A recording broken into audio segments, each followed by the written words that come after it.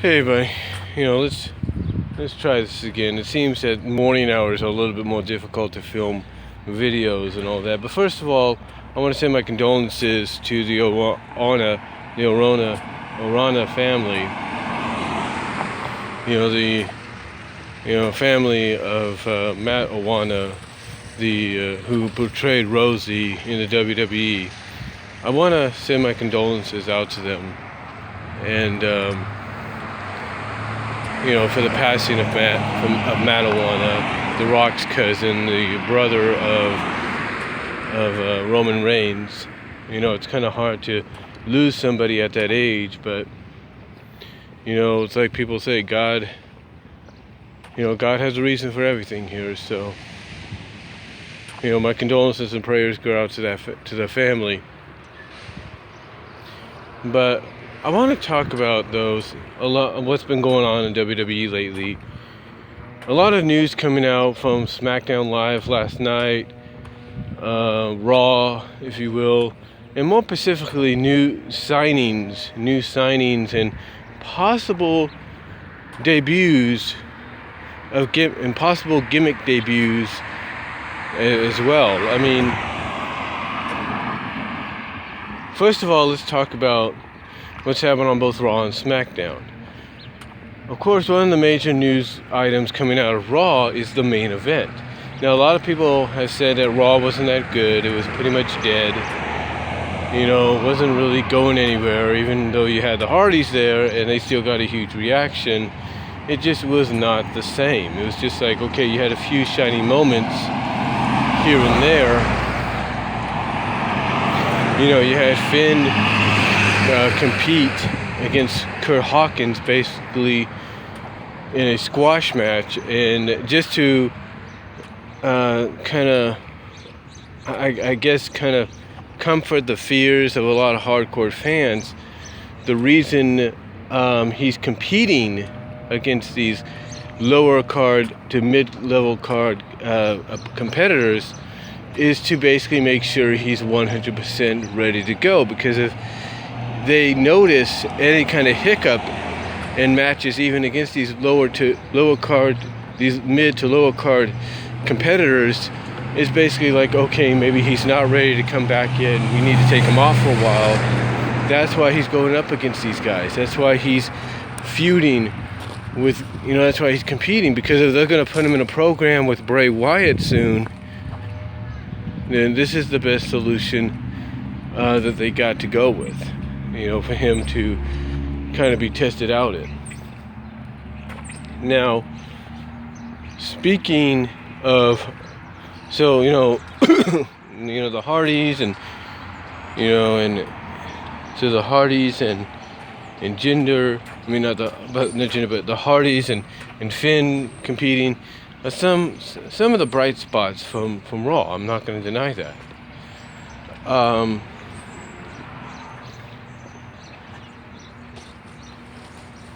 Like I said, I'm not going to deny that those were not bright spots on Raw. I'm not going to say that. I will say that one of the most talked about moments of that night, though, was the main event, because it seems for some reason that when you put Strowman against Big Show, despite how you might feel about either man, they seem to put on a good storytelling of a match. And the biggest storytelling moment here was at the end, when, for the third time in his career, as far as WWE is concerned, the Big Show was involved in the ring collapsing. Basically, just like he had done with Mark Henry and just like he had done with Brock Lesnar, Big Show was superplexed into the middle of the ring, or at least part of a superplex into the middle of the ring that collapsed it. And that was probably the only talkative moment of the night, was the fact that the ring had collapsed on the to end the show. But the big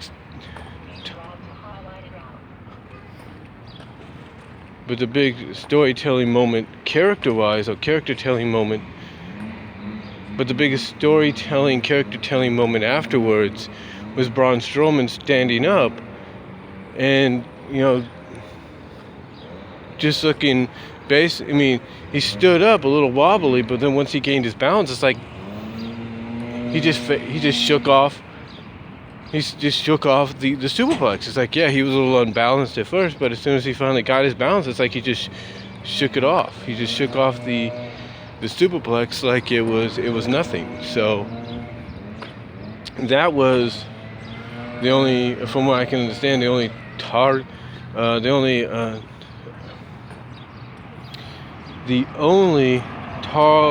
tale,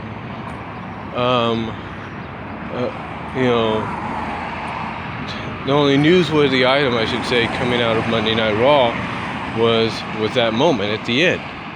As far as SmackDown goes, well, SmackDown obviously still proves that it's the land of opportunity. The reason being is due to the fact that you wouldn't expect this to happen, but it has happened. And that is, of all the superstars involved in that six-pack challenge, from Luke Harper, Eric Rowan, Sami Zayn, who else? Eric Rowan, Luke Harper, Sami Zayn, Dolph Ziggler, and that's 4. Who's the other one? Who was the other one? Can't think of the other one. I know, like I said, I know it was Dolph Ziggler, Sami Zayn, Luke Harper, Eric Rowan, and somebody else. I have to look up, as well as Jinder Mahal. And you wouldn't expect someone like Jinder Mahal to,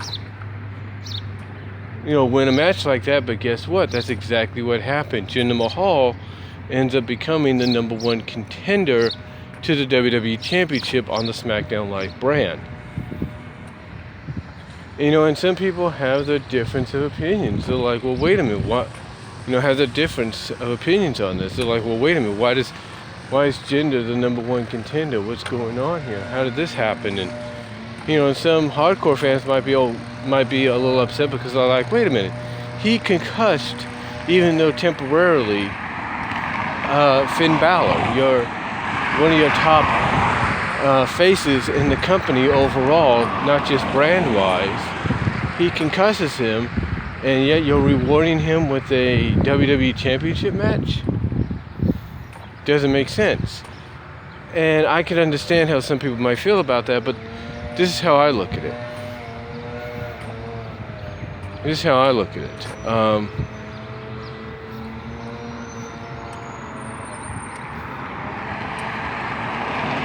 This is how I look at it. Basically, it's not about, Jinder just getting this title opportunity, that. It's the fact that what SmackDown is doing, and Delexman brought this up, is they're finally doing something that Raw seems to have a hard time in doing, and that's establishing true heels and baby faces. That is what they are doing. They are establishing true heels and baby faces. That is what they're doing. And another thing that you need to remember is the person that's writing for SmackDown is the same person that wrote for NXT when Triple H took it over and rebranded it to what it was and is today. This same writer that's working as head of creative on SmackDown is the same guy that basically creatively booked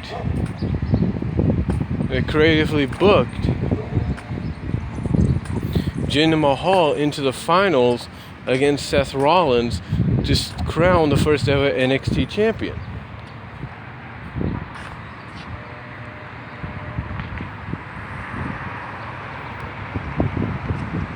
Sorry about that. Yeah, it's the same guy. So for him to book Jinder into this spot right now, it shows you that what they're doing is they're trying to be creative, and they see potential with a guy like Jinder Mahal, because when they see potential with a guy like Jinder Mahal, they don't see a guy that they could just waste as a jobber or anything. They see a guy that they can basically build around as a heel, as a legitimate heel that people will pay to see get his butt kicked. And I think it'll be worth it in the end, because if you have a guy that's legitimately hated by people, mostly because of his ethnic background, and then you align him with a tag team like the Bollywood Boys who have a similar ethnic background, it makes all the sense in the world.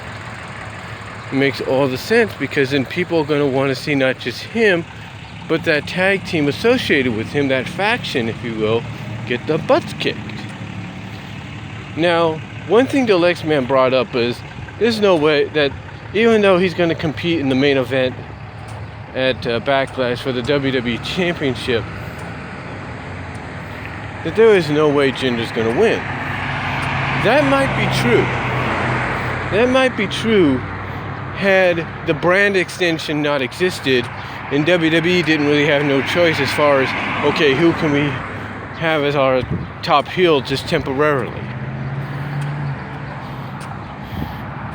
But now that the brand extension exists, there is a strong, very strong possibility that it will happen, that it will occur, that it will take place. And you know why? Because one reason. 2004. Would you have thought, if you'd been a wrestling fan back then, and I'm sure there's a lot of longtime fans that were,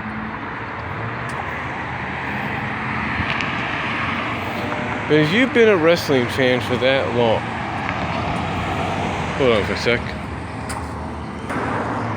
But like I say, if you've been a wrestling fan for that long, if somebody would have told you at the start of 2004, 13 years ago, that Bradshaw of the APA was going to have a year-long run, or a near year-long, basically a 10-month run with the WWE Championship starting in the summer of that year, nobody would have believed you. Nobody would believe you, because of the fact that of all people, Bradshaw would not be the first to come to mind or be the first on the radar for that to happen. But yet, because he was on SmackDown, it did. Because he was on SmackDown, that's why he became JBL. That's why he got that opportunity. And the fact is, not only did he get that opportunity, he ran with it.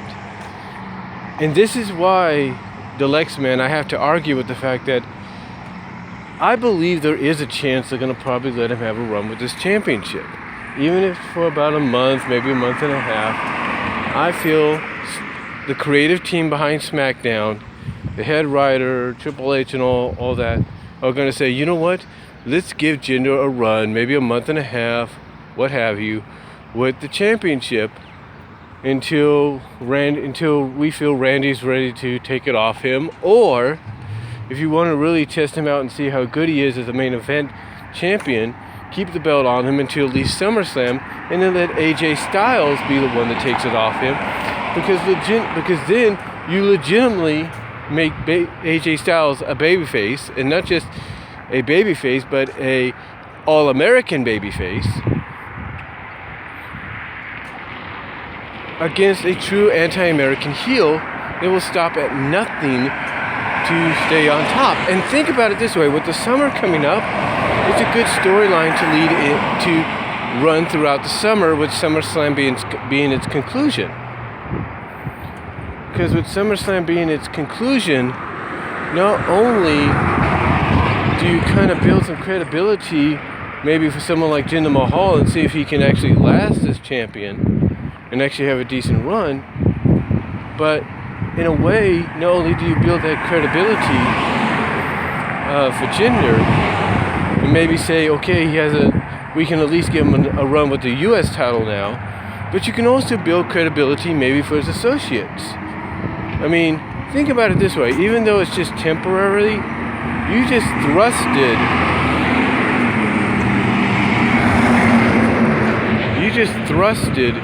the Bollywood boys, the Singh brothers, if you will, into the main event spotlight, just temporarily or not, by being associated with Jinder Mahal. So why not roll with that and give them a run with the tag team titles? It makes sense in a way. It really makes sense. Because then you have a legitimate tag team that people disdain.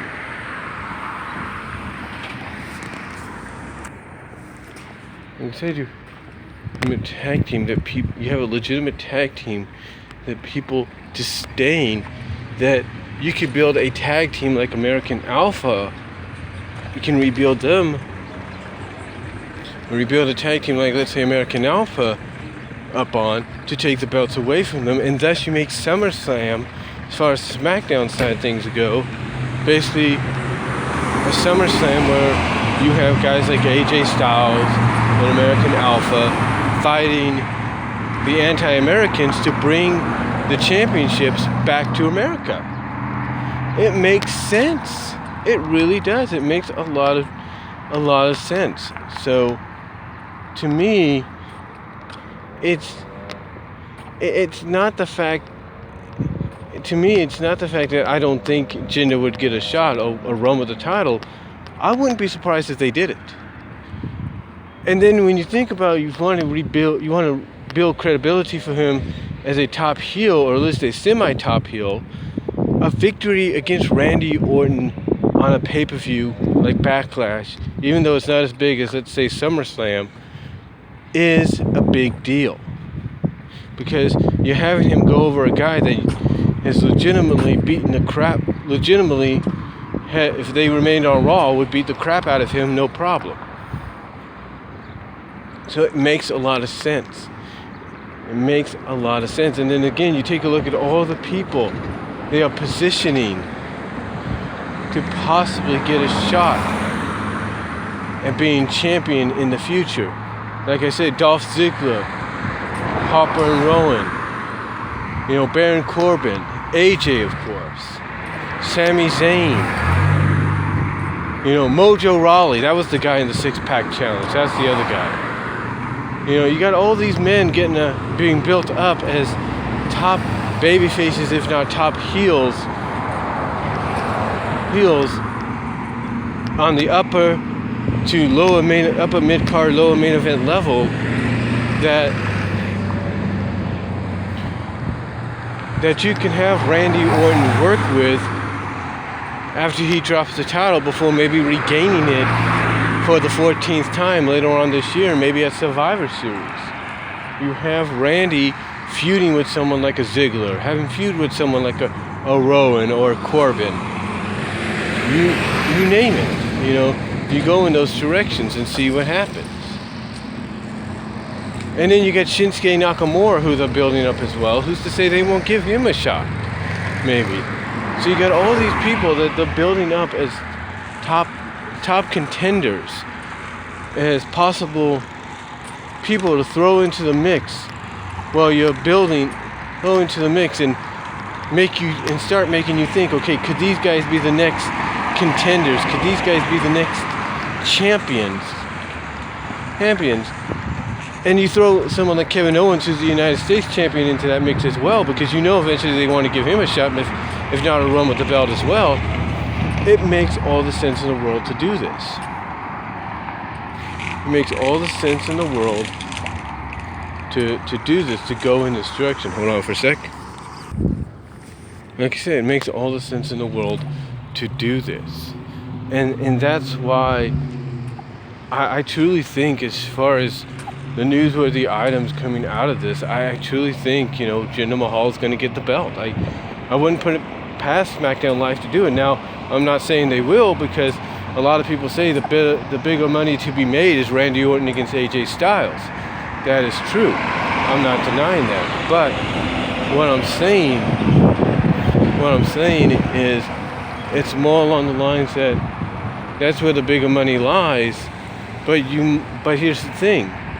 That's where the big money lies, but don't you want to kind of wait on it a little bit more, let it simmer a little bit more, let it build up a bit more, kind of wait till maybe Survivor Series to pull the trigger on it. Because I think by waiting a little bit, it works. I really do.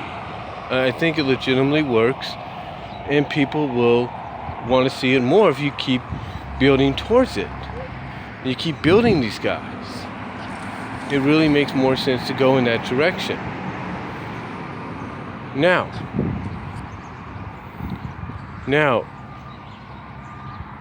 again, do I think they might put the belt on Jinder? I can't really say. But I wouldn't put it past them to do so. I wouldn't put it past WWE to do it, especially now we have this brand extension. And I feel that Jinder Mahal is in the same position that JBL was in 13 years ago. Basically, he's a guy that I feel they'll put the strap around, and even if it's not as long as JBL's run and it's only up to maybe SummerSlam, I feel it will work. It will work, and it's a good storyline to, run with during the summer. Because it's going to make you want to tune into SmackDown during the summer and see exactly how or who is going to get this belt off Jinder. It would make sense to me. Now, as far as the other news items go, there is word going around that Maria Kanellis and Mike Bennett, the Bennetts, are going to be showing up on WWE, mostly on the SmackDown Live side of things, and I think that's a good deal. Now, the only question is, will they come in as heels, or will they come in as baby faces? And most likely, I think it's going to be heels. I think what we're going to get is a Mike Bennett and a Maria Kanellis that we got that's very similar to what we saw in Impact Wrestling, TNA. They might even build off it, for all we know. They might, knowing WWE, they might build off that. They might say, you know what?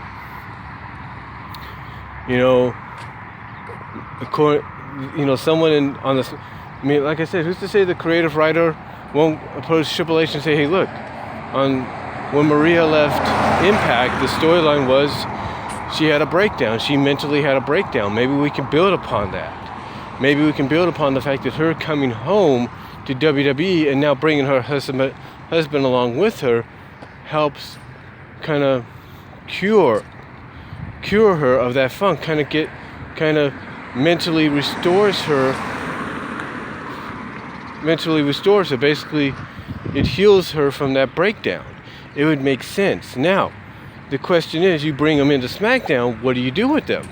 Well, one, you can bring them in probably similar to what you had in Impact Wrestling, but you can't have them being as manipulative on SmackDown as they were there, because of the fact that, as we have seen with Charlotte last night, SmackDown is about the land of opportunity.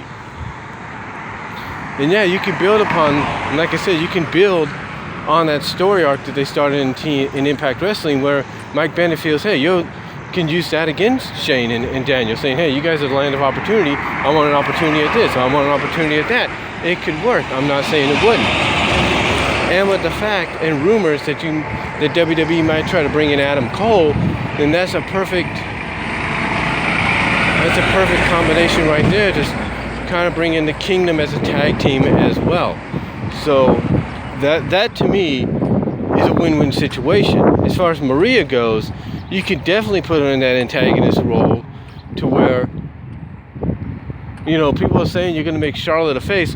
What better person to make an antagonist to Charlotte than Maria? Because Maria basically feels not only she's the first lady of WWE, the true first lady of pro wrestling, and maybe the true first lady of WWE, or the true first lady of SmackDown Live, But you could put her in a storyline against Charlotte Flair, where Charlotte calls herself the queen and she's genetically superior and all that. That could barely play out in a good storyline, because you can have Maria, just like she was on Impact Wrestling, say, hey, there's only one superior female around here, and that's her. It could work. So I think you got all the ingredients there for them storyline-wise. So I think I think Mike and Maria going to SmackDown, good decision. Good decision when it eventually happens. Now, as far as the Hardys go, there's word going around that the WWE is trying to work something out with Anthem, to where they either pay them a settlement that will finally allow the Hardys to use the broken gimmick in WWE, or at least it allows the WWE to pay Anthem a sum over the next, well, not a sum, but a fee for who knows how long, for them to use the broken gimmick. So that's kind of good news for a lot of us fans that were hoping that the Hardys would bring that broken gimmick to WWE. Now it seems more, according to several sources, seems more legitimate and more realistic than it's been before, because now you have WWE coming out, according to these reports, and saying, hey, we want to bring the broken gimmick in, and hey, we're willing to pay this X amount of dollars to make it happen, or we're at least willing to pay this X amount of dollars in fees to make it happen, to Anthem, to bring, for them to allow it to happen, to drop this lawsuit, so they can do it. That's the word going around. Now, if Anthem agrees to the decision, then we'll see the broken gimmick a lot sooner than we think. If they don't, then it might be a lot longer before we see it. But like I said, according to several sources and reports, WWE is trying to work out an agreement with Anthem to basically do a buyout, basically to get this lawsuit settled, so that the Hardys can use the broken gimmick in WWE, or at least make an agreement to where Anthem will accept WWE's payment for licensing fees to allow them to use the broken gimmick in WWE. So it's a win-win either way. It's like, one, they pay off Anthem and drop this lawsuit so that the Hardys can use the gimmick in WWE, or two, they agree to pay Anthem a fee for who knows how long for them to use the broken gimmick in the company. So